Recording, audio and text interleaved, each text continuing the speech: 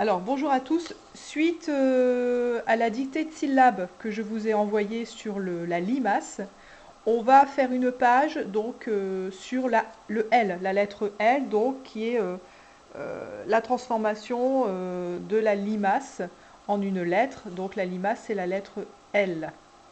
Donc en plus, ça fait sens aujourd'hui puisqu'il pleut. Il pleut dehors, donc du coup, comme ça parle de la pluie, ça serait plutôt pas mal de le faire à votre enfant. Alors, on peut lui lire le texte en pointant chaque mot. Il pleut, il mouille. C'est la fête à la grenouille. Il pleut, il mouille. C'est la fête à l'escargot. Donc ici, on va s'entraîner sur la boucle du L. Vous pouvez entraîner avant votre enfant, le faire s'entraîner sur l'ardoise, sur la fiche Velleda, d'abord sur une ligne, ensuite entre les lignes.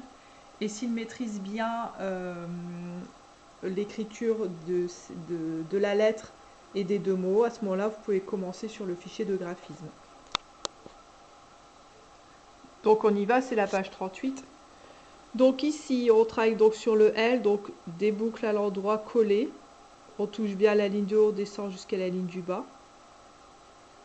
Ici, on fait un L tout seul. Et généralement, je leur demande de m'en faire 5. Donc on fait des petits points 1, 2, 3, 4 et 5.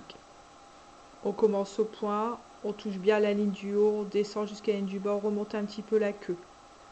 Et on fait ça 5 fois. Normalement, c'est une lettre qui n'est pas très difficile, c'est pour ça que j'insiste pas trop dessus.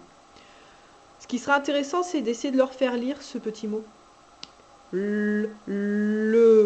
S'ils ont bien compris la petite dictée syllabe expliquée avec la limace, peut-être qu'ils pourront essayer de lire le. Ce serait vraiment intéressant de le faire. Donc là, on pourrait l'écrire 3 fois. Donc mettez un petit point de repère. Donc le, c'est L. Je monte jusqu'à une du haut, je descends. Et je ne m'arrête pas, je fais le E derrière. E entre les deux lignes, les deux petites lignes. Le. Et après, donc, il pleut, ce sont deux mots. Donc, on fait un point pour le premier mot. Il. Et pour le deuxième mot, pleut. Bâton penché, je descends tout droit, ça fait le chiffre 1. À la pointe, je fais le pont. J'ai fait le P. Je monte jusqu'à la ligne du haut, je descends, j'ai fait le L. Je ne m'arrête pas, je fais le E. Je reprends au E. Je vais monter 2 fois. Une première fois, une deuxième fois, j'ai fait le U.